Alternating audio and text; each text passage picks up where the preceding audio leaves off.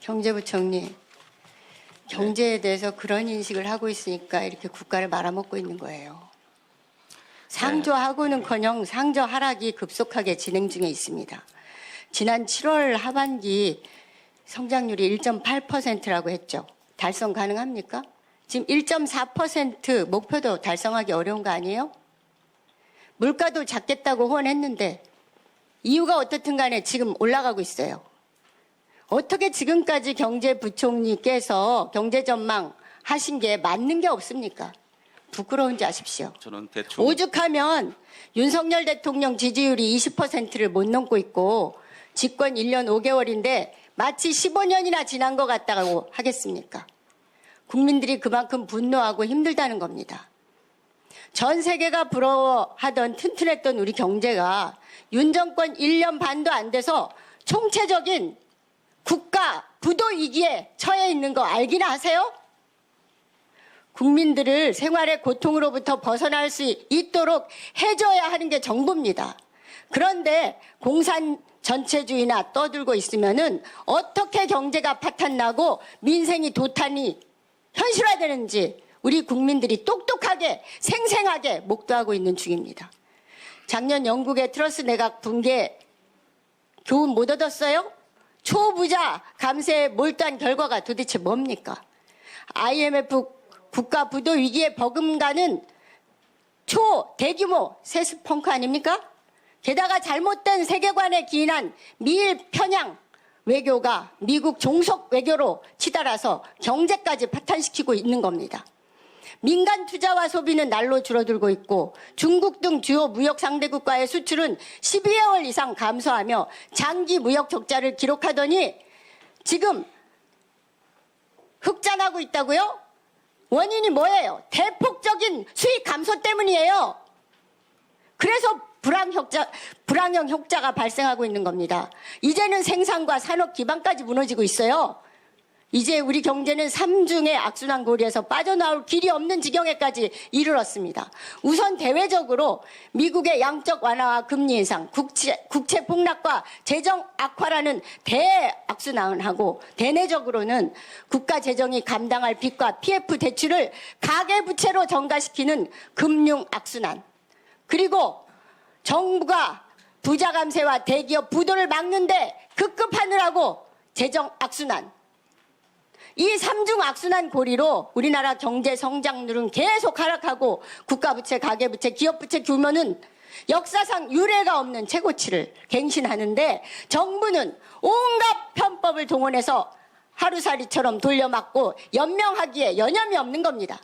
여기에 중동 전쟁, 우크라이나 전쟁, 외환, 채권, 주식시장이 하루가 다르게 요동치고 있습니다. 세계 금융시장이 발작을 일으키고 있어요. 경제에 치명적인 악영향을 미치는 국제 유가는 100달러에 거의 육박하고 있고 환율은 오늘 11시 1360원 정도입니다. 지금도 수출과 물가가 비상해 최강 경기는 급격히 얼어붙고 있고 경제 성장률도 2.9%에서 5차례나 낮춰서 1.4%라고 했지만 더 떨어질 것으로 전망됩니다. 외환위기 때보다도 더 나빠지고 있는 거 모르세요? 모르시면 당장 그만두세요. 선거 나갈 생각만 하지 말고. 본 의원은 윤석열 정부 경제정책이 이대로 계속된다면 조만간 국가부도 선언을 해야 할 수준의 심각한 국가 경제 파탄 지경으로 봅니다. 부총리는 어떤 책임을 느끼고 어떤 반성을 하고 있습니까? 사죄해야 되는 거 아닙니까? 이 사태를 도대체 어떻게 타개하려고 계획하고 있습니까? 의원님께서 조금 언짢으실 수도 있겠지만은 제가 이 말씀은 시작을 하고 답변을 드리겠습니다.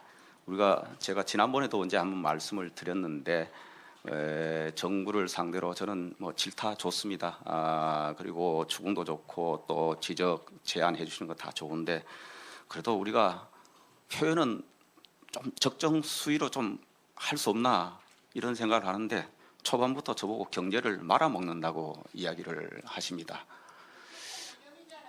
저는 파탄 어렵다 이렇게 하시는 건 좋은데 뭐 아니 그렇게 하시겠다 그러면 어떤 표현도 쓰십시오. 양해님, 어떤 표현 쓰셔도 답변 듣고 좋은데 마무리하겠습니다. 우리가 이런 예. 표현 말고는 없느냐 한번 저도 국회의원이기도 합니다. 한번 같이 생각을 해보면서 지적을 좀 하고 문답을 했으면 좋겠다는 말씀을 먼저 드립니다. 알겠습니다. 장관 답변 해주세요. 예. 그리고 뭐 물가 뭐 등등 아까는 제가 여러 차례 지표 가지고 설명을 드리기 때문에 경제는 지표로 말씀을 쭉 드리겠습니다. 그리고 나온 지표도 있고 이제 곧 또 여러 지표들이 나옵니다. 그 지표를 보시면은 아마 제가 이게 뭐 상저하고라고 이야기를 하면서 민생이 제가 따뜻하다. 늘 우리 민생이 좋다 이런 이야기를 한 적이 한 번도 없습니다. 자꾸 경기의 흐름에 관해서 말씀이 계시기 때문에 상반기보다 하반기는 경기 흐름이 좋아진다. 그것이 내년으로 가면 더 나아질 거다, 뚜렷해질 거다. 이 말씀을 계속 드리는 겁니다. 그걸 자꾸 민생이 아니 이렇게 민생이 편하다고 니는 그렇게 생각하느냐. 자꾸 이렇게 호도를 하시면은 저하고 이렇게 더 이상 문답이 안 되지 않습니까? 그리고 국가 부도 얘기 정말 저는 좋은 화두를 던졌다고 생각하십니다. 부채가 커지면 부도를 맞는 겁니다. 가계부채, 기업부채, 국가부채, 정부부채 이 커지면 위기로 가는 겁니다. 가계부채 정말 심각하지 않습니까? 그런데 가계부채가 이 수준까지 언제 왔느냐. 지난 5년간 급증이 온 겁니다. 지난 5년간 가계부채가 500조가 늘은 겁니다. 지난 정부 때 17%포인트 이상이 늘은 겁니다. 그리고 윤석열 정부 들어와서는 GDP 대비 가계부채 비율이 줄었어요.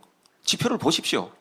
그리고 절대 규모도 줍니다. 이거는 2000년, 2002년, 2004년 이후 최초입니다. 최근에 가계부채가 2, 3개월 5, 6조씩 증가한 부분이 있습니다. 그래서 저희들이 이 부분이 규제를 회피한 우회대출 때문에 자꾸 방만하게 늘어날 조짐도 있겠다. 그래서 저희들이 다시 이 감독 기준에 맞게 제대로 집행하는지 저희들이 금융권하고 대화를 하고 그래서 9월 달에는 다시 2.4% 수준으로 많이 낮아진 겁니다. 물론 불확실성이 있습니다. 또 늘어날 수도 있고 줄 수도 있고 이 부분에 관해서는 가계부채는 저희들이 안정적으로 관리한다는 것은 정부의 일관된 방침이다. 국가부채 마찬가지입니다. 정부부채 함부로 늘어나면 안 되잖아요. 그래서 건전재정 기조를 확고히 하자는 겁니다. 바로 의원님 걱정하시는 그 부분 때문에 저도 바로 이런 정책 기조를 가지고 간다. 이러다 보니까 방만하게 덜 쓰니까 그 돈 혜택을 좀 받았으면 하는 기대치를 갖고 있는 분들이 아무래도 서운할 수도 있습니다. 그것은 더 큰 틀에서 보면은 국가 미래가 달려있고 말씀하신 대로 국가 부도 위기로 갈 수 있기 때문에 그 길로 가면 안 되겠다. 그래서 그 정책 기조를 가지고 간다 하는 말씀을 드립니다. 그리고 불황형 흑자 등 말씀을 자꾸 하시는데 제 흑자는 지금 무역 수지가 한 3, 4개월째 계속 흑자를 보이고 있고 저는 큰 틀에서 보면은 흑자 기준은 조금 더 이제 뚜렷해질 가능성이 크다. 뭐 연말까지는 소폭으로 뭐 등락이 좀 있겠지만 앞으로 그럴 걸로 보입니다. 적자는 에너지 폭등이었습니다. 지난 정부 확연히 다른 게 그겁니다. 유가가 60불대에서 120불대로 올랐지 않습니까? 그러니까 이게 큰 무역 수지의 적자 폭으로 가는 겁니다. 세계 불황, 중국 불황과 겹쳐서 반도체 경기 급락과 겹쳐서 그런 요인들이 한꺼번에 나타났다 이런 말씀을 드립니다.